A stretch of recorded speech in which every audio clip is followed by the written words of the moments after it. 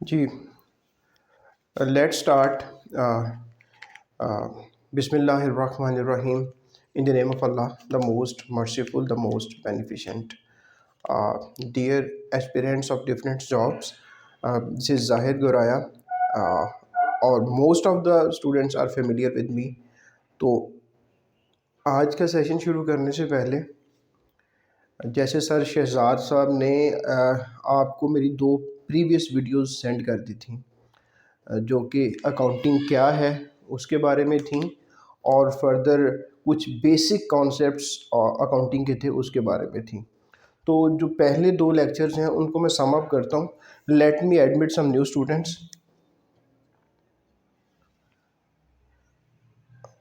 अच्छा, तो जो वो इनिशियल थी वो आपने सुनी होंगी, और अगर आपने नहीं उनको सुना तो मेरी ये रिक्वेस्ट है कि प्लीज़ आफ्टर दिस लेक्चर आपने पहला काम ये करना है कि जो 2 वीडियो सर शहजाद ने आपको प्रोवाइड की हैं उनको आपने गो थ्रू ज़रूर कर लेना है। फर्दर मैं आप लोगों को सबको ऑप्शन दे रहा हूँ कि आप जब आप चाहें, आप अनम्यूट हैं, आप क्लास में पार्टिसिपेट करना चाहते हैं, मैं इनकरेज करूँगा कि आप पार्टिसिपेट करें। आप हाँ या ना करें। फर्स्ट ऑफ ऑल तो मुझे ये बताएं कि क्लास में कौन कौन अवेलेबल है। हाशिम है क्लास में? जी हाशिम जी, मुझे बताएं हाशिम। जो भी क्लास में स्टूडेंट अवेलेबल है ना, वो यस और नो करे। जी नहीं, मैं सुनना चाह रहा हूँ कि आपकी आवाज़ आए ना तो थोड़ा सा वो हम आपस में कन्वर्सेशन कर पाएंगे। जी जल्दी से प्लीज़। अच्छा चलो, एनी हाउ पहले लेक्चर में क्या है कि आप जब उसको देखेंगे ना तो आपको समझ आएगी कि अकाउंटिंग क्या है। उसमें मैंने सिंपली एक बात बताई हुई है, आइडेंटिफाइंग, रिकॉर्डिंग और कम्युनिकेटिंग। मैंने अकाउंटिंग को कह दिया है अपने स्टूडेंट के लिए, उनको ताकि वो आसानी से याद कर सकें। मैंने कहा है अकाउंटिंग इज़ IRC। ये मेरी अपनी टर्मिनोलॉजी है, मेरी अपनी इस्तिलाह है, ताकि स्टूडेंट उसको याद कर सके। IRC, आइडेंटिफाइंग,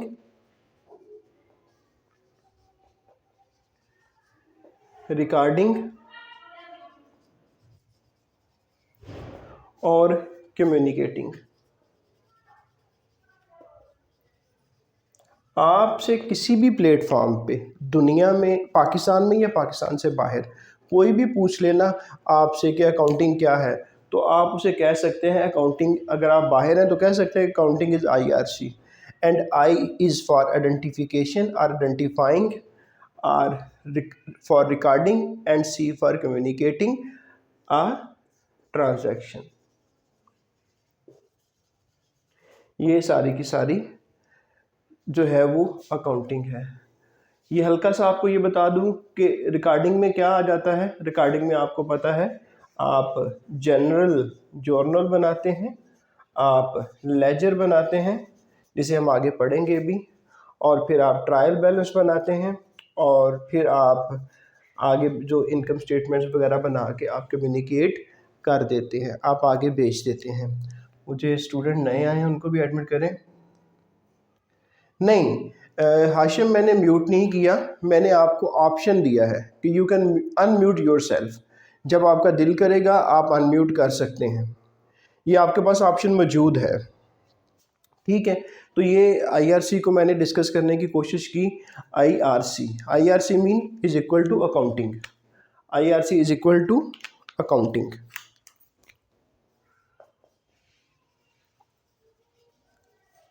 ठीक है जी सर, मैं क्विकली रिव्यू कर रहा हूँ अपने पिछले 2 लेक्चर्स को, ताकि अगर कोई बच्चा नहीं सुन सका तो वो थोड़ा सा उसे पता चल जाए।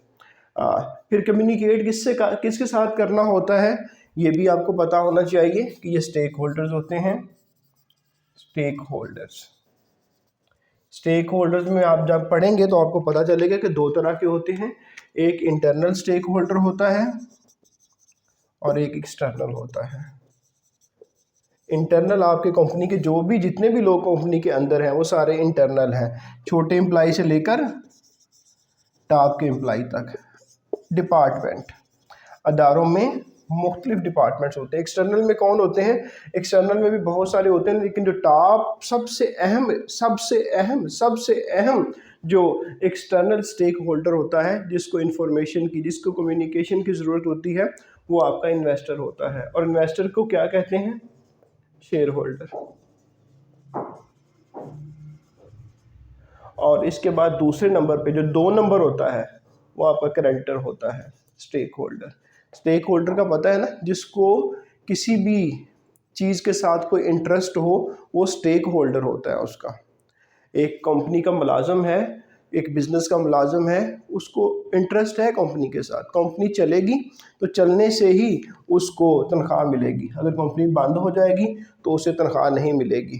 ठीक है, तो हमने अब स्टेक होल्डर्स को भी पढ़ लिया। और पेपर में अक्सर एमसीक्यू आ जाता है कि स्टेक होल्डर जो है, इन्वेस्टर जो है, वो इंटरनल स्टेक होल्डर है या एक्सटर्नल स्टेक होल्डर है। आप कहेंगे एक्सटर्नल है। फिर वो कहते हैं, कभी कभी ये भी आ जाता है कि सबसे अहम एक्सटर्नल स्टेक होल्डर कौन सा है? आप कहेंगे इन्वेस्टर सबसे अहम स्टेक होल्डर है। वो आपसे ये भी पूछ सक लेता है बाजू काट के, दो सबसे अहम कौन से हैं? वो या एक्सटर्नल वाले, वो कह देता है कि क्या शेयर होल्डर या क्रेडिटर शेयर होल्डर या टैक्स अथॉरिटीज़ शेयर होल्डर या एसईसीपी शेयर होल्डर या कोई और गवर्नमेंट का अदारा। तो दो इनमें से दो कौन से ठीक है? तो आपने कहना है ये वाला कम्बिनेशन, शेयर होल्डर और क्रेडिटर्स का जो कम्बिनेशन है, ये सबसे अहम एक्सटर्नल स्टेक होल्डर है। तो ये थोड़ा सा मैंने आपको बताने की कोशिश की, एक रफ सा, एक जल्दी से, अकाउंटिंग क्या है, अकाउंटिंग आईआरसी है। अब मैं फर्दर रिपीट नहीं करूँगा।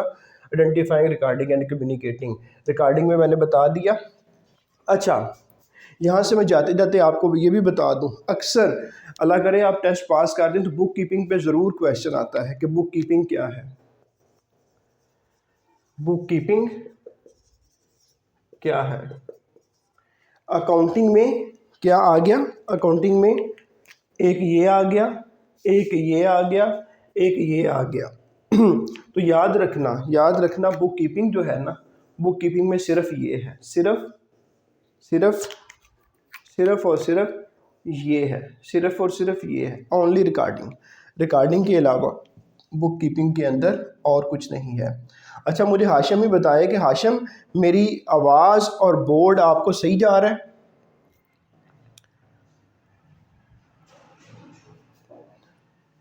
हाँ, तो ये मैं थोड़ी सी स्पीड मेरी तेज़ है इनको एक्सप्लेन करने की। मैं ये समझ रहा हूँ कि जब आपको रिक्वेस्ट की गई कि ये पहले दो जो है सेशंस हैं वो देख लें, तो आपने उनको देख लिया होगा, तो इसलिए मैं इसको थोड़ा जल्दी से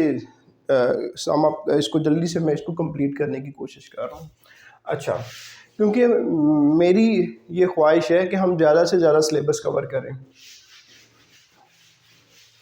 और ज़्यादा से ज़्यादा जो है स्टूडेंट को बताएं जो बेसिक चीज़ें जो कि पेपर में चेक होती हैं। याद रखिएगा कि कंप्यूटर का हम इतना कवर नहीं कर सकेंगे, लेकिन कंप्यूटर के 4-5 नंबर चाहे कोई भी पेपर हो, अकाउंटिंग, कॉमर्स, बिजनेस से रिलेटेड, उसमें लाजमी आ जाते हैं। याद रखिएगा जो मैं पॉइंट बता रहा हूँ आपको कि कंप्यूटर, एक्सेल और एमएस ऑफिस और जो पावर पॉइंट्स हैं और वैसे टेक्नोलॉजी कंप्यूटर की जो फंडामेंटल्स हैं, इनपुट आउटपुट जो हैं, इसमें मेरा अपना ये गैस है और मेरा अपना एक्सपीरियंस है।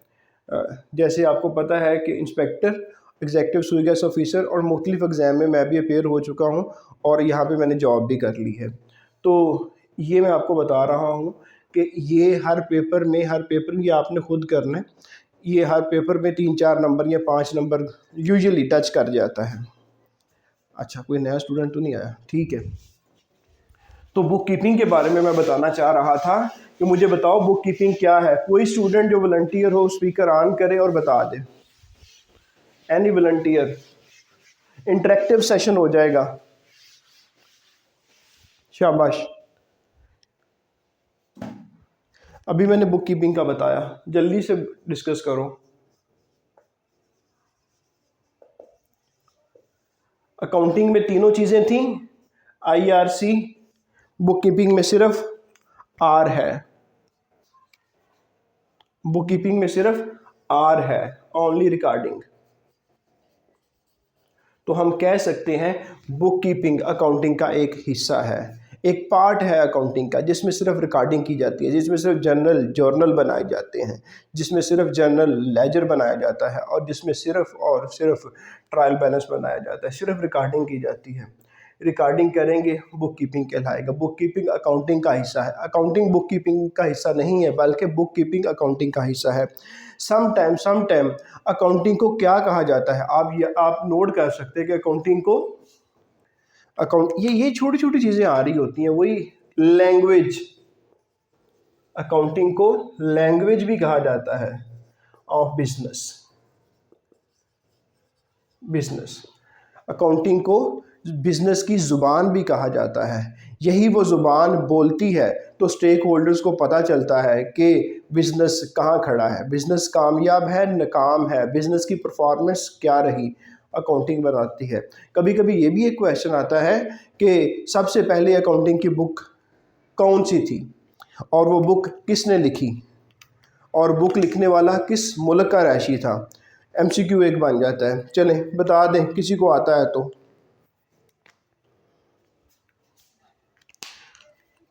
अकाउंटिंग की पहली बुक सर लूका पैसियोली, ये इटली के रहने वाले थे। ये एक मैथमेटिशियन थे। इन्होंने पहली बुक लिख दी, और अकाउंटिंग की पहली बुक जो लिखने वाले हैं उनका नाम सर लूका पैसियोली है, जिसको फादर भी कहते हैं सम टाइम, फादर लूका पैसियोली। इटली के थे, मैथमेटिशियन थे। सही, तो इटालियन में इस बुक का नाम है। तो ये सम टाइम ये क्वेश्चन भी आ जाता है। अच्छा, और उसमें मैंने क्या कवर किया हुआ है,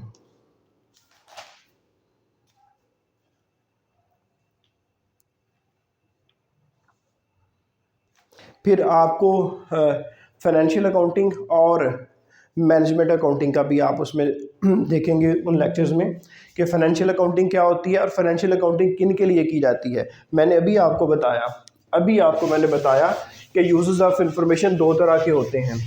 एक होता है यूज़र्स, जिनको मैं स्टेक होल्डर कह रहा था, ये यूज़र्स ही होते हैं वो भी। एक होता है इंटरनल, एक होता है एक्सटर्नल। अब फाइनेंशियल अकाउंटिंग क्या होती है और मैनेजमेंट क्या अकाउंटिंग क्या होती है। ऐसी अकाउंटिंग जो हम एक्सटर्नल के लिए कर रहे होते हैं, फाइनेंशियल अकाउंटिंग जो कि एक ट्रांजैक्शन से शुरू होती है, और जो जो हमारी स्टेटमेंट्स बनती हैं, फाइनेंशियल स्टेटमेंट्स इसे कहा जाता है, जिनको आप में से कुछ स्टूडेंट फाइनल अकाउंट भी कहते होंगे, यहाँ पे एंड होती है। ये कौन सी अकाउंटिंग है, ये फाइनेंशियल अकाउंटिंग है। ये फाइनेंशियल अकाउंटिंग है। फाइनेंशियल अकाउंटिंग फिर किन के लिए की जाती है, एक्सटर्नल यूजर्स के लिए की जाती है। ये ट्रांजैक्शन से शुरू होती है, फाइनल अकाउंट तक जाती है। फाइनल अकाउंट बना के एक्सटर्नल को दे दिए जाते हैं, इन्वेस्टर को दे दिए जाते हैं, जिनको शेयर होल्डर कहा जाता है। क्यों दिए जाते हैं, कोई स्टूडेंट बता सकता है कि ये इन्वेस्टर को ये फाइनल अकाउंट बना के क्यों दिए जाते हैं, जल्दी बताएं। कोई इंटरेक्टिव सेशन के लिए कोई स्टूडेंट आगे आए, कोई एक ही आ जाए, सो डैट कि मुझे पता चले कि मैं किसी को एड्रेस कर रहा हूँ। शाबाश,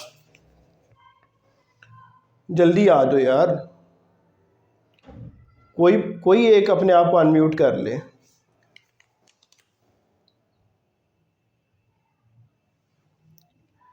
यार मैंने अलाउ किया हुआ है, देखो आप लोग सारे ही अलाउ हैं। आप अपने आप को अपने अनम्यूट पे क्लिक करें और क्लास के अंदर आ जाएं बोलने के लिए। शाबाश,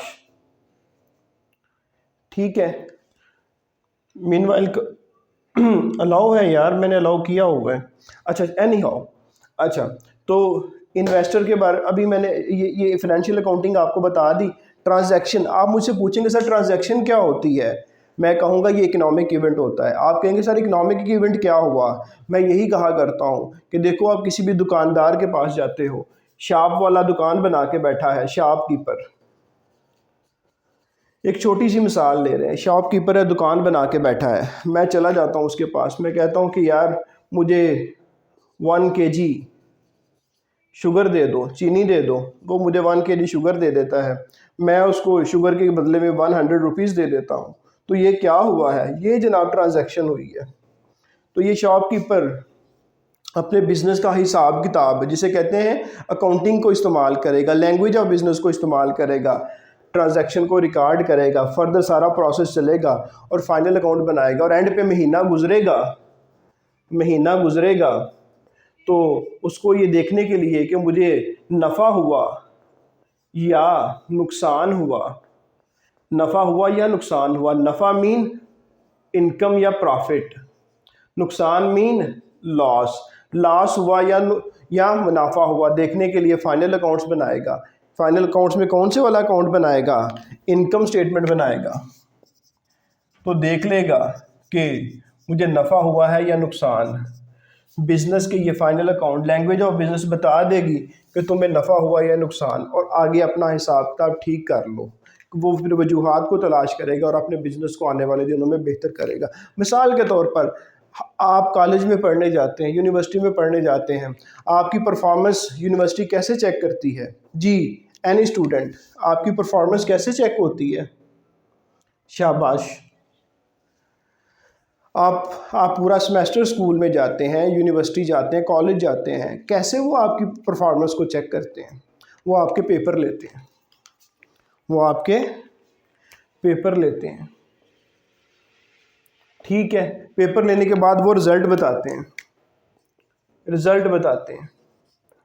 नतीजा निकलता है, कहते हैं नतीजा निकलता है, पंजाबी में उर्दू में यह नतीजा है, आज रिज़ल्ट का दिन है। तो रिज़ल्ट जो है, रिज़ल्ट से पता लगता है आप पास हुए हैं या फेल हुए हैं, और अगर पास हुए हैं तो नंबर कितने आए हैं। इसी तरह शॉपकीपर कारोबार कर रहा है, उसने बहुत सी ट्रांजैक्शन की हैं एक पीरियड के दौरान। ट्रांजैक्शन करने के बाद वो फाइनल अकाउंट इनकम स्टेटमेंट बनाता है और बताता है नफ़ा हुआ या नुकसान कितना हुआ है, वो इसे बता देती है। तो अगर पेपर में आ जाता है, सम टाइम आ जाता है पेपर में कि हमें बताओ, MCQ आ जाता है कि कौन सी स्टेटमेंट है फाइनेंशियल स्टेटमेंट में से जो बताती है परफॉर्मेंस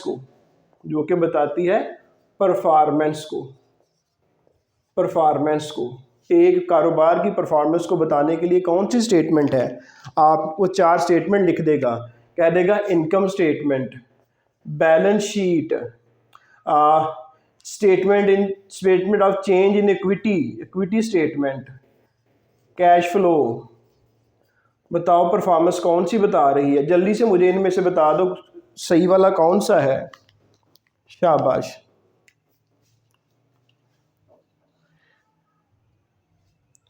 इनमें से परफॉर्मेंस, किसी कारोबार की परफॉर्मेंस बताने के लिए जो हम स्टेटमेंट तैयार करते हैं हर कारोबार की, हर बिजनेस की, वो स्टेटमेंट्स ये वाली होती हैं। इनमें से परफॉर्मेंस बताने वाली कौन सी स्टेटमेंट है, इनकम स्टेटमेंट है। ये जो टिक करेगा उसको 1 नंबर मिल जाएगा, और जो नहीं करेगा उसको नहीं मिलेगा।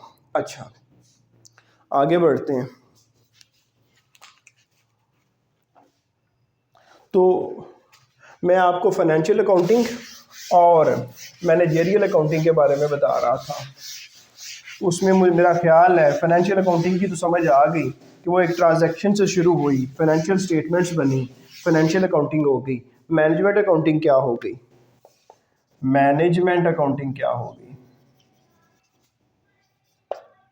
मैनेजमेंट अकाउंटिंग फिर क्या होगी बच्चों? मैनेजमेंट अकाउंटिंग ये है कि कारोबार को किस तरह मैनेज करना है, किस तरह रन करना है। Management accounting basically information provide करती है। याद रखिएगा, अकाउंटिंग का पहला और प्राइमरी मकसद क्या है? इंफॉर्मेशन प्रोवाइड करना। अकाउंटिंग क्यों की जाती है? इंफॉर्मेशन लेने के लिए। याद रखिएगा कि अगर कहीं पे भी पूछ ले कि what is the primary function of accounting, information, मालूमात। तो मैनेजमेंट अकाउंटिंग ये कहती है कि जो मैनेजमेंट ऑफ कंपनी है, कंपनी के जो बोर्ड ऑफ डायरेक्टर्स हैं, जो MD, sorry board of director management नहीं होती, लेकिन जो मैनेजिंग डायरेक्टर है, ठीक है जी, इसके जो सीनियर जनरल मैनेजर हैं, जो इसके जीएम हैं, इन्होंने जब कोई डिसीजन लेना है तो ये क्या करेगा? ठीक है जी, वो क्या करेगा जनाब? वो मैनेजमेंट अकाउंटिंग का सहारा लेगा। वो पूछेगा कि ब्रेक इवन क्या होता है, हम कितनी चीज़ें बेच दें तो हम ब्रेक इवन पे आ जाएंगे। आगे जाके मैं बताऊंगा ब्रेक इवन क्या होता है। वो वेरिएंस एनालिसिस करवाते हैं।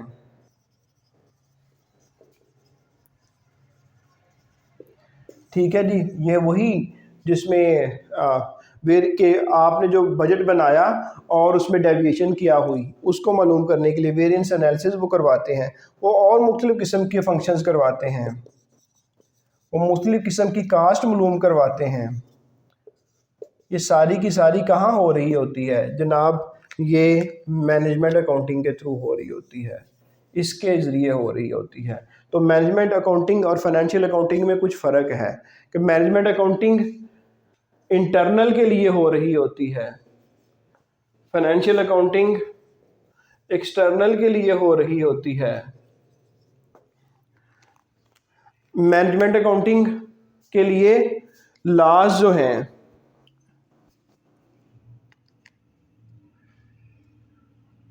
बैलेंस शीट का मैं पर्पस बताता हूँ जी। अभी मुझे ये मैं कर लूँ, फिर बैलेंस शीट का पर्पस बताता हूँ आपको।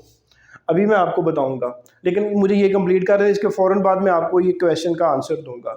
अच्छा, तो मैनेजमेंट अकाउंटिंग इंटरनल के लिए, फाइनेंशियल अकाउंटिंग एक्सटर्नल के लिए। मैनेजमेंट अकाउंटिंग के लिए कोई ख़ास फॉर्मेट नहीं है, कोई ख़ास फॉर्मेट नहीं है। कहते ना यार ये फॉर्मेट है, इसके ऊपर चीज़ें लेके आओ। फाइनेंशियल अकाउंटिंग फॉर्मेट हैं, ख़ास किस्म के फॉर्मेट हैं जो इंटरनेशनल अकाउंटिंग स्टैंडर्ड बताते हैं। मैनेजमेंट अकाउंटिंग कोई पीरियड नहीं है कि कब बनानी है, रोज़ाना भी बनवा सकते हो। मुख्तलिफ इंफॉर्मेशन के लिए आप स्टेटमेंट्स, डिफरेंट तरह की स्टेटमेंट्स बनवा सकते हो, कोई पीरियड नहीं है। यहाँ पे कानून बताता है, SECP बताती है। SECP mean securities and exchange commission of Pakistan. SECP regulator है कंपनीज का पाकिस्तान के अंदर, ये बताता है। अच्छा, और ये बताता है कि सालाना फाइनेंशियल स्टेटमेंट्स तैयार की जाएंगी और ऑडिट करके SECP को जमा करवाई जाएंगी। साथ में कहता है जो बड़े कारोबार हैं वो सेमी एनुअल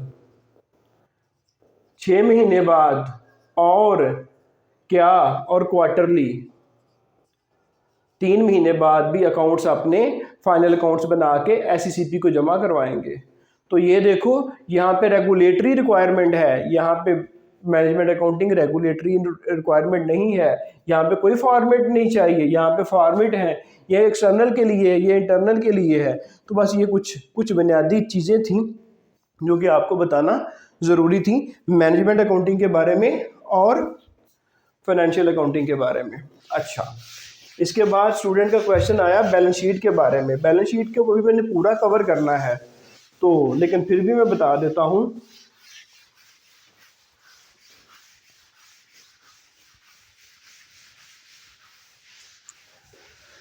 बैलेंस शीट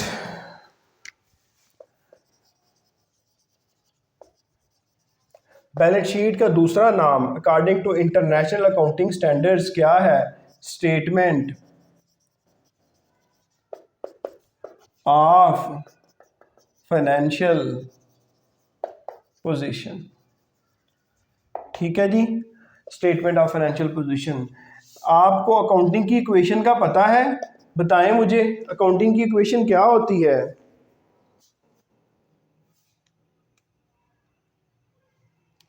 जी, अकाउंटिंग की इक्वेशन क्या होती है, जल्दी से बताएं, क्या होती है जी। हाँ तो बस वेरी गुड, आपने बहुत अच्छा बताया Mohammad Fahid. Assets are always equal to liability plus owners equity. अच्छा, अगर अकेला बंदा कारोबार कर रहा है तो ओनर की इक्विटी ऐसे नहीं लगेगा, और अगर ज़्यादा बंदे हैं कारोबार कर रहे हैं, उनका कारोबार है, तो फिर लिखा जाता है ओनर्स, फिर ओनर्स की, यहाँ पे ओनर की इक्विटी। तो ये छोटी सी बात थी, मैंने कहा बता दूं। अगर अकेला बंदा है तो याद रखिएगा ओनर, और अगर ज़्यादा बंदे हैं तो ओनर्स, ओनर्स लिखा जाएगा। ठीक है। अच्छा, अच्छा, तो बेटा जो बैलेंस शीट है वो यही है, बैलेंस शीट यही है, बैलेंस शीट इसके अलावा और कुछ नहीं है। अकाउंटिंग की इक्वेशन सारी की सारी बैलेंस शीट है। ठीक है। आप बैलेंस शीट बनाते हो, आप लिखते हो बैलेंस शीट वर्टिकल हॉरिजॉन्टल भी बनती है और वर्टिकल भी। यही लिखते हो एसेट्स, आपके पास एसेट्स क्या हैं, आप लिखते हो पहले फिक्स्ड एसेट्स, जिनको अब जो इंटरनेशनल अकाउंटिंग की ज़बान में आप नॉन करंट एसेट्स कहते हो। आप क्या कहते हो? Non current assets. Non current का मतलब जो करंट नहीं है। Non current mean, non mean नहीं, करंट जो करंट, करंट जो जो हाजिर, तो नॉन करंट एसेट्स जो करंट नहीं है। तो फिक्स एसेट और नॉन करंट एक ही चीज़ है, एक ही चीज़ है। पहले हम फिक्स एसेट कहते थे, जब हमने इंटरनेशनल अकाउंटिंग स्टैंडर्ड को समझना शुरू किया तो हमने फिक्स एसेट का नेम चेंज करके नॉन करंट एसेट्स कह दिया। तो नॉन करंट एसेट्स में क्या कुछ आता है? आपका बिल्डिंग आती है, आपकी प्लांट आते हैं जिसको आप मशीनरी भी कह सकते हो, आपकी लैंड भी आ जाती है, और इस तरह की तमाम चीज़ें आ जाती हैं इससे मिलती जुलती। या आप कह सकते हैं कि ऐसा एसेट, ऐसा एसेट, ऐसा एसेट जिसका फ़ायदा 1 साल या 12 महीनों से ज़्यादा कारोबार को मिलना हो, कारोबार को मिलना हो, वो क्या होता है? वो नॉन करंट एसेट होता है, वो फिक्स एसेट या नॉन करंट एसेट होता है। ठीक है बच्चों, कोई नया तो नहीं आया? अच्छा जी, ठीक है। तो तो ये मैंने अभी मैंने एसेट साइड बता रहा हूँ अकाउंटिंग इक्वेशन की, और अकाउंटिंग इक्वेशन को ही मैं कहता हूँ कि ये बैलेंस शीट है। ठीक है, लेकिन मैं इस तरह करके लिख दूंगा। तो आप एक तो नॉन करंट एसेट्स का मैंने बता दिया, तो जो फिर नॉन करंट एसेट नहीं होता वो करंट एसेट होता है। ऐसा एसेट जिसका फायदा 12 महीनों के अंदर अंदर होना होता है वो करंट एसेट होता है।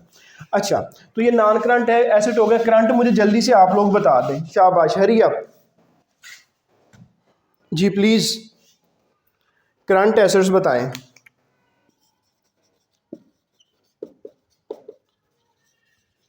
जी शाबाश, किसी ने बताया? बिल्कुल बिल्कुल बिल्कुल, हाशिम ठीक है। हाँ, तो Fahad and Ashim, thank you very much for participating in the class and just realizing me that somebody is there to listen me. So once again I am grateful to you people, both of you. Okay, अच्छा, तो current में आपको पता है जी, cash हाथ के अंदर है, हैंड के अंदर है या बैंक के अंदर है, ये आपका करंट एसेट्स होता है। आपकी इन्वेंटोरी, जिसको आप स्टॉक्स भी कह सकते हैं। ठीक है, और क्या हो सकता है? आपके अकाउंट रिसीवेबल, आपके अकाउंट रिसीवेबल्स, जब आप कोई चीज़ बेचते हो, मिसाल के तौर पर दुकान वाला जाहिद को चीज़ उधार बेच देता है, तो दुकान वाला क्या करेगा? वो जर्नल एंट्री पास करेगा, जर्नल जिसे कहते हैं। वो क्या करेगा? वो क्या करेगा? वो करेगा जाहिद, मिस्टर जाहिद मेरा एसेट है, वो कहेगा एसेट है। एसेट मीन मेरा अकाउंट रिसीवेबल है, यहाँ पे मैं AO/OR लिख रहा हूँ, अकाउंट रिसीवेबल है। क्यों? कि जाहिद मुझसे 100 रुपये का उधार में चीनी ले गया है, ठीक है, तो वो इसको डेबिट कर देगा, डेबिट। ये मैं आगे जाके बताऊंगा आपको कि डेबिट और क्रेडिट के रूल्स क्या होते हैं।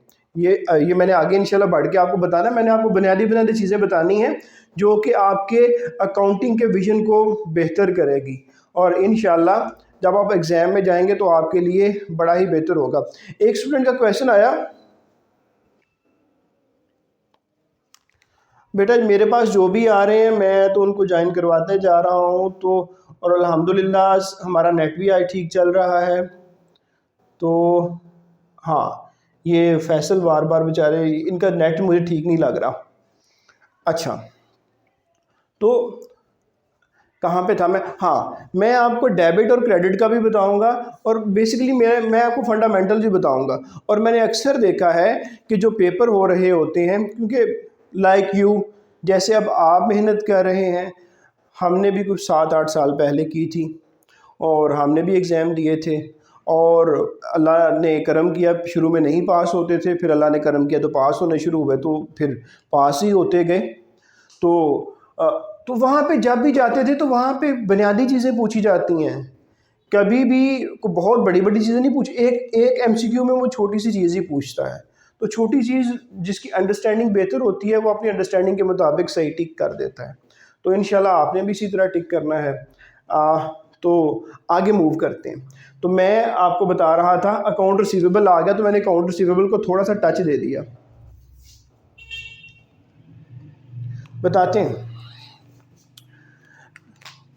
ऐसा एसेट्स जो एक्चुअली एसेट्स नहीं होता, फिक्टिशियस, आपने मनगढ़ंत, फिक्शन, वो एसेट। अच्छा, मैं बैलेंस शीट को करूं फिर आपको आगे और बताता हूं। अच्छा जी, अक्सर क्या करते हैं कि होता नहीं एसेट, तो आप क्या करते हैं, सुर्खी पाउडर लगाने के लिए एसेट को बना के दिखा देते हैं। अब आपकी वो चीज़ होती नहीं है, तो आप बाहर वाले को बताने के लिए, देखो मेरी कितनी वर्थ है, मैं कितना हेल्दी हूँ, मैं कितना खूबसूरत हूँ। मैं सिर्फ इसलिए बता रहा हूँ कि आप वो है नहीं, आप बनने की, आप दिखाने की कोशिश कर रहे हैं, जिस तरह वेरी सॉरी टू से अक्सर हम शादियों में करते हैं। मैं ये नहीं बता रहा कि कौन सा जेंडर करता है। अच्छा, तो ये अकाउंट रिसीवेबल डेबिट जो है, ये अकाउंट रिसीवेबल क्या है ये मैंने बता दिया। ये एसेट है। कैसे बना? ट्रांजैक्शन हुई, ट्रांजैक्शन जाहिद गया, चीनी खरीदी, उधार लेके आ गया, तो उधार में मैं जो भी कारोबार करने वाला था उसका एसेट बन गया अकाउंट रिसीवेबल की सूरत में, ठीक है। और वो अपनी क्रेडिट क्या करेगा? सेल्स को। तो ये एक जनरल एंट्री होती है, इसको मैं आगे जाके एक्सप्लेन करूंगा। तो ये है वो अकाउंट रिसीवेबल। तो यार ये कुछ मैंने आपको बता दिया इसके बारे में, बैलेंस शीट का ये वाला हिस्सा, एसेट वाला हिस्सा बता दिया मैंने आपको। अभी मैं आपको बैलेंस शीट की लायबिलिटी बता देता हूँ, लायबिलिटी वाला पोर्शन बताता हूँ आपको। यहाँ क्या आएगा? कारोबार ने जिस से उधार लिया हुआ है वो कारोबार की लायबिलिटी है। कारोबार ने, ठीक है जी, तो कारोबार ने जिस से उधार लिया है वो कारोबार की लायबिलिटीज होती हैं। मिसाल के तौर पर अगर यहाँ पे जाहिद का भी एक कारोबार होता, जैसे मैंने पिछली एंट्री करवाई कि अगर फॉर एग्जांपल जाहिद का कारोबार है कि वो मशरूबात, बेवरेजेस बना के बेचता है। जाहिद एक होलसेलर के पास जाता है और होलसेलर को कहता है मुझे 1 लाख की चीनी दे दो। वो जाहिद को चीनी दे देता है। अब जाहिद क्या है? अब जाहिद बायर बन रहा है। पहले भी बायर था, लेकिन अब बायर ये अपने कारोबार के लिहाज से बन रहा है कि मैं कारोबार करता हूँ। अब क्या होगा? जाहिद गया, जाहिद ने क्या खरीदा? परचेजेस, शुगर की सूरत में। कितने की? 1 लाख की, ठीक है। तो अब क्या है? डेबिट क्या हो गया? जाहिद के अकाउंट में परचेजेस शुगर इतने की। क्रेडिट क्या होगा? क्रेडिट यहाँ पे होगा। जिससे ख़रीदा, जाहिद ने तनवीर से ख़रीदा या हाशिम से ख़रीदा, तो मिस्टर हाशिम या मिस्टर फाहद, उससे मैंने 1 लाख का ख़रीद लिया जी। तो ये 1 लाख मैंने ख़रीदा, कुछ दिया नहीं, मैंने लाइबिलिटी बना ली, ये है वो लाइबिलिटी। ये भी लाइबिलिटी हो सकती है, अकाउंट पेएबल, अकाउंट पेएबल। और क्या हो सकता है? और मोहतरम, और मैं किसी बैंक के पास चला गया, बैंक से उधार लिया और क्रेडिटर हो गए। और भी इस तरह जिससे मैंने उधार में कुछ ले लिया है, वो मेरी लाइबिलिटी है, क्योंकि मैंने उसको वापस करना है। मेरी वापस करना है, वो मेरी ज़िम्मेदारी है, वो मेरी ऑब्लिगेशन है। Liability, assets, income, expense, owners equity, इन सब की आपको डेफिनेशन मिलेंगी कि आगे हम जाके डिस्कस करेंगे। तो लाइबिलिटी के बाद हमने कैपिटल कहा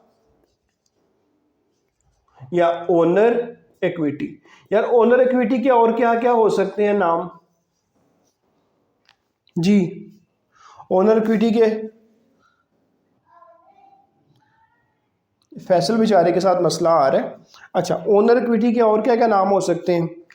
इसका नाम कैपिटल भी हो सकता है,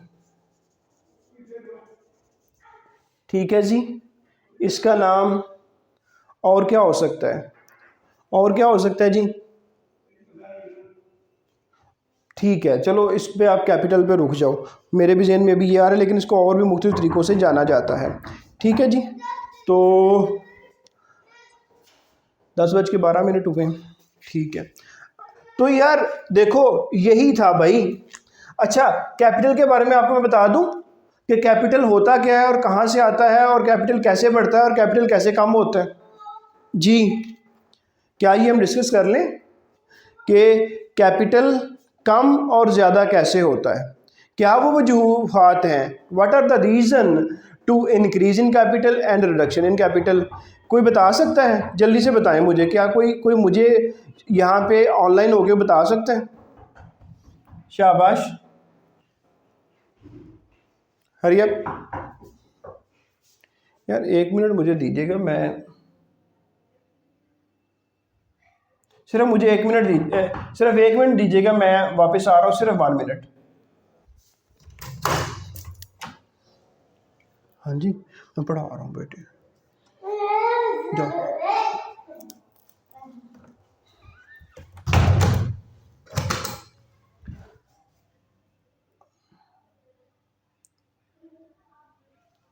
अच्छा, सो वेलकम बैक जी। तो यार याद रखिएगा कि जब भी इनकम होगी वो कैपिटल को बढ़ा देगी। जब भी जो ओनर है वो नया सरमाया लगाएगा, जब वो इन्वेस्टमेंट करेगा कैपिटल बढ़ जाएगी। और क्या होगा? जब भी कोई एक्सपेंस होगा कैपिटल नीचे आएगी। जब इन्वेस्टर जिसने पैसा लगाया था वो ड्राइंग करेगा, आपकी जो कैपिटल है वो कम होगी। मैं रिपीट करता हूँ, पहले तो मैं ना, अच्छा यार सिंपली बैलेंस शीट यही थी। एसेट्स होते हैं, फिक्स होते हैं और करंट होते हैं। फिक्स को नॉन करंट भी कहा जाता है। Building, plant, machinery, land fix में आ जाती है। करंट में कैश हाथ में, बैंक में, इन्वेंटरी या स्टॉक्स, अकाउंट रिसीवेबल, और फिर यहाँ पे लाइबिलिटी, अकाउंट पेएबल, क्रेडिटर्स आपकी जिम्मेदारी हैं जिनसे आपने उधार उठाया हुआ उनको वापस करना है। और फिर कैपिटल क्या होता है ये मैं भी बताने लगा हूँ, इसको ख़त्म करके।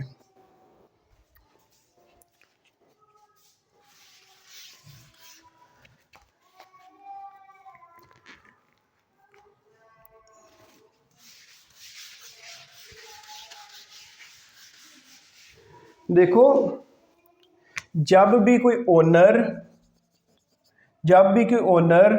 कारोबार के अंदर सरमाया लगाता है, अपने एसेट्स लगाता है तो वो कैपिटल कहलाता है या ओनर की इक्विटी कहलाता है। जब कोई कैपिटल लगाता है ना तो उसकी जो जर्नल एंट्री ये होती है, मिसाल के तौर पर एक बंदा है फाहद। फाहद कारोबार स्टार्ट करता है, कारोबार शुरू करता है। क्या होगा जब कारोबार शुरू करेगा? तो कारोबार बगैर पैसे लगाए शुरू हो जाता है। क्या कारोबार में कभी कुछ पैसा नहीं लगाया जाता? ठीक है, लगाया जाता है। तो वो क्या करेगा? वो कारोबार के अंदर 5 लाख रुपया लगा देता है। तो कारोबार के अंदर जो आई वो कैश, कितना? 5 लाख। जर्नल एंट्री क्या होगी? Debit the cash. और जिसने लगाया, किसने लगाया? मिस्टर फाहद। तो मिस्टर फाहद को तो नहीं लिखेंगे लेकिन कैपिटल लगा देंगे या ओनर इक्विटी लगा देंगे 5 लाख। ठीक है जी, तो ये हो जाएगा क्रेडिट।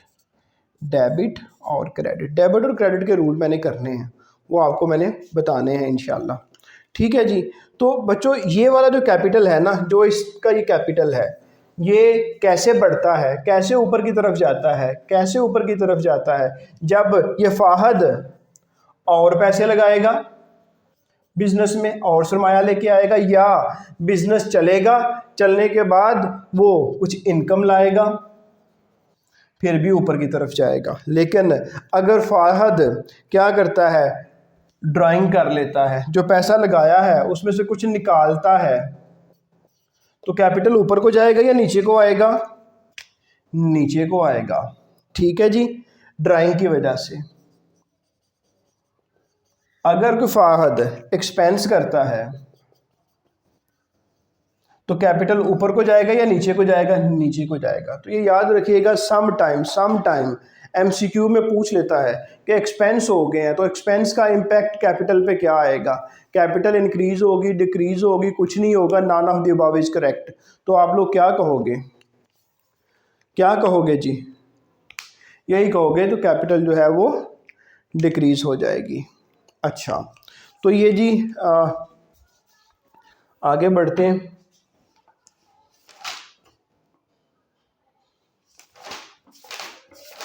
तो बाकी यार थोड़ा सा आप लोग कोशिश कीजिएगा, जो पहले वाले लेक्चर हैं उसे सुने, और मैं एक दो नए कॉन्सेप्ट हैं वो मैं आपको दे रहा हूँ, कुछ नई चीज़ें आपको मैं बता रहा हूँ।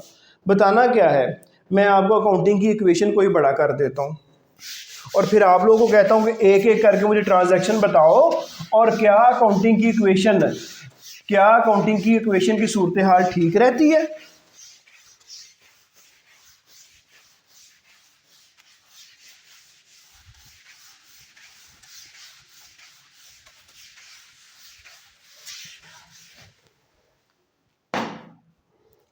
ठीक है जी, अकाउंटिंग की इक्वेशन है जी, assets are always equal to liability plus capital. ये अकाउंटिंग की बेसिक इक्वेशन है। अगर मैं इस इक्वेशन को खुला करना चाहूँ, इस इक्वेशन को ब्रॉड करना चाहूँ, तो मैं क्या कर सकता हूँ, मुझे बताएं। अभी हमने पढ़ा, इसको हम खुला करते हैं, बड़ा करते हैं, खुद एक्सपैंड करते हैं। हम इस इक्वेशन को एक्सपैंड करते हैं नहीं, चले एक्सपैंड कैसे करेंगे? हम इस तरह करते हैं कि हम एसेट को हम कैश लिख सकते हैं। क्या एसेट कैश होता है जी? जी होता है जी। और हम क्या लिख सकते हैं? और हम रिसीवेबल्स लिख लेते हैं, और हम सप्लाईज लिख लेते हैं, या जिसे हम परचेजेस कर लो इसे, और हम फिक्स्ड एसेट लिख देते हैं, एफए कर लेते हैं। लायबिलिटी को खोलो, अकाउंट पेएबल प्लस, और क्या लिखूं मैं इसके अंदर? और मैं लिख लेता हूं लोन बैंक वगैरह से, और मैं क्या लिख देता हूं? कैपिटल या ओनर इक्विटी लिख देता हूं। ओनर इक्विटी इनकम से बढ़ती है, ओनर इक्विटी एक्सपेंस से कम होती है, ओनर इक्विटी नई इन्वेस्टमेंट से बढ़ती है, न्यू। चलो, ये मैंने आपको ना क्या किया, मैंने आपको अकाउंटिंग की इक्वेशन एक्सपैंड करके दे दी। एक्सपैंड कर दी मैंने, ये ले। अब आप ट्रांजैक्शन बताएं, मैं उसको करता हूँ और फिर हम देखते हैं कि क्या हमारी अकाउंटिंग की इक्वेशन बराबर होती है। चलें शुरू करें। नंबर 1, शाबाश, बोलें कोई भी ट्रांजैक्शन बोलें जी, शाबाश। बस ये याद रखिएगा, कोई भी ट्रांजैक्शन आप टाइप करें, मैं आपको ये बता देता हूँ कि एसेट जब भी बढ़ेगा पॉजिटिव, एसेट जब भी कम होगा नेगेटिव। लायबिलिटी और कैपिटल जब भी बढ़ेंगे क्या होगा, पॉजिटिव यहाँ पे, और जब भी कम होंगे यहाँ पे नेगेटिव। चलें बताएं, जल्दी बताएं जी, कोई ट्रांजैक्शन बच्चों बोलो यार। Sir start business with capital 5 lakh. देखो अगर कोई कारोबार स्टार्ट करता है तो क्या होता है कि यहाँ पे जी नंबर 1 क्या हुआ, कैश 5 लाख लगा दिया गया, एसेट बढ़ रहा है, मैं पॉजिटिव कर रहा हूँ, बाकी सारी चीज़ें सेम रहेंगी। यहाँ पे भी अकाउंट पेएबल कुछ भी नहीं है, लोन कुछ भी नहीं है, कैपिटल 5 लाख, इनकम कोई नहीं है, एक्सपेंस लें। अकाउंटिंग की इक्वेशन बराबर है, देख लो कि एसेट्स, यहाँ पे लाइन लगा लेते हैं, एसेट्स देख लो 5 लाख और liability plus capital 5 lakh, assets are equal to liability plus capital. और ट्रांजैक्शन करो जी, शाबाश।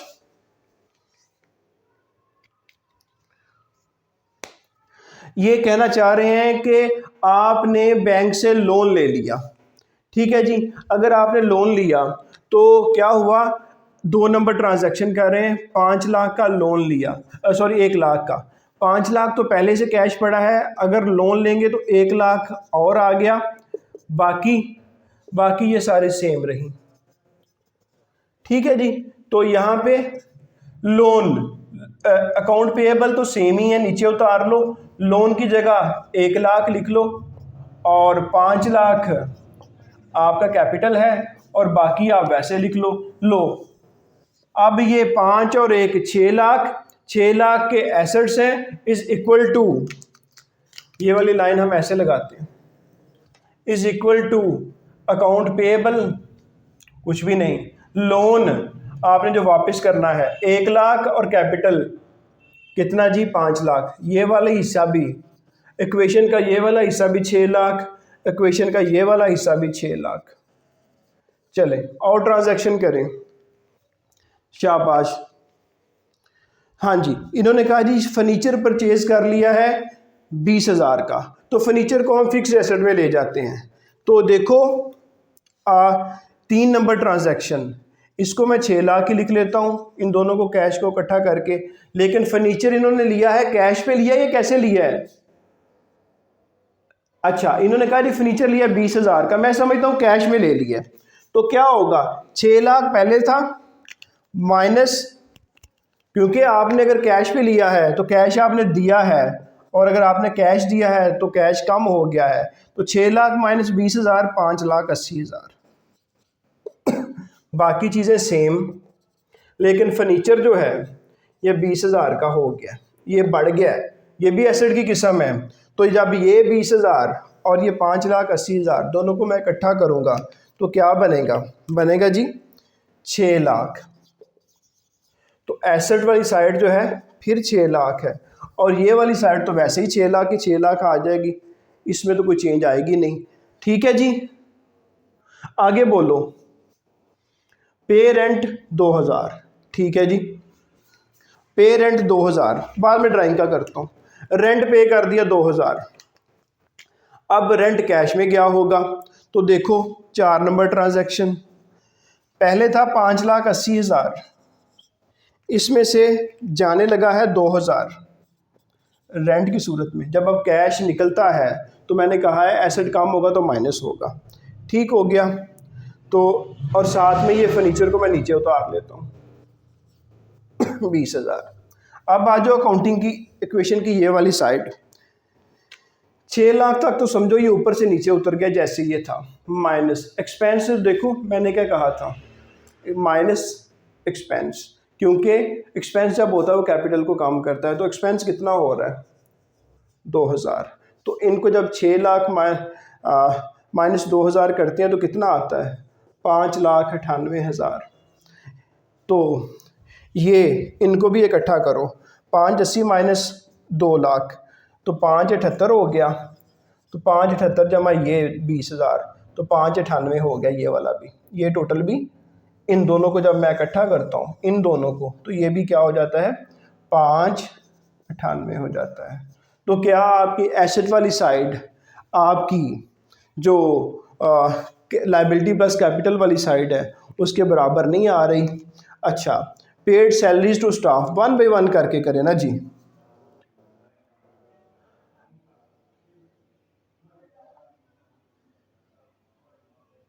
अच्छा, ड्राइंग वाला किधर गया जी? ड्राइंग ओनर ने ड्रा कर लिया, ये कहते हैं जी 5,000। ओनर ने ड्रा कर लिया, ये 578 तो यहाँ पे आ रहा है ना। ओनर ने क्या ड्रा किया? कैश। कितना ड्रा कर लिया? 5,000। बताएं कितना बचता है इसमें से? 573। ठीक हो गया। और 573 में 20,000 ये हो गया। ठीक हो गया जी।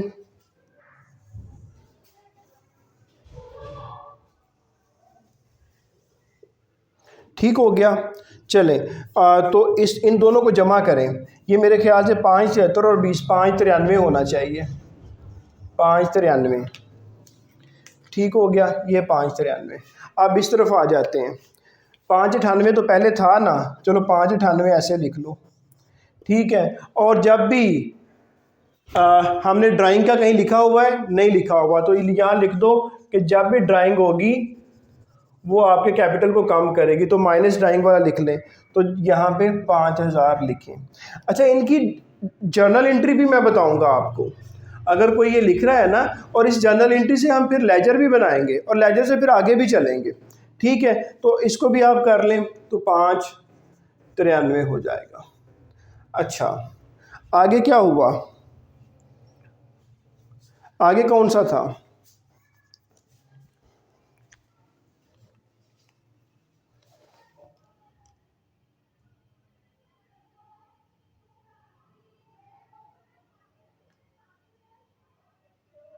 सैलरी। तो सैलरी का तो बड़ा ही सिंपल है। सैलरीज का तो बड़ा ही सिंपल है।